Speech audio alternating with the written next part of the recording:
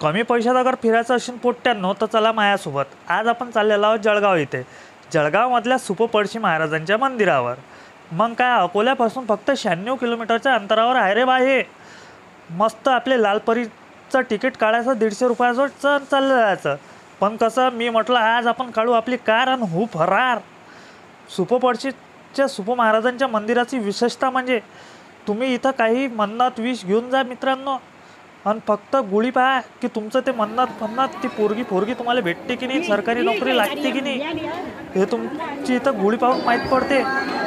इथं मस्त कार्यक्रम होतात, बड्डे त्याच्यानंतर आपलं नावं ठेवणं, जावळे काढतात लोक, भंडारे ठेवतात मोठे मोठे, कुठेही भत्ता आणण्याचा.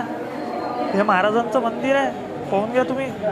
मस्त दर्शन करायचं, आपल्या फॅमिलीसोबत यायचं, मित्रांसोबत यायचं. इथंच थोड्या दूर जटाशंकर आहे, जाता तेही पाहायचं. चॅनलला लाईक करा, शेअर करा, सबस्क्राईब करा. तुमच्या लायना भावाचं काही सबस्क्राईबशन जास्त होत नाही आहे, थोड्या दिवसात चॅनल बनवून जाईल. त्याच्यासाठी तुमच्या लायना भावाला सपोर्ट करा.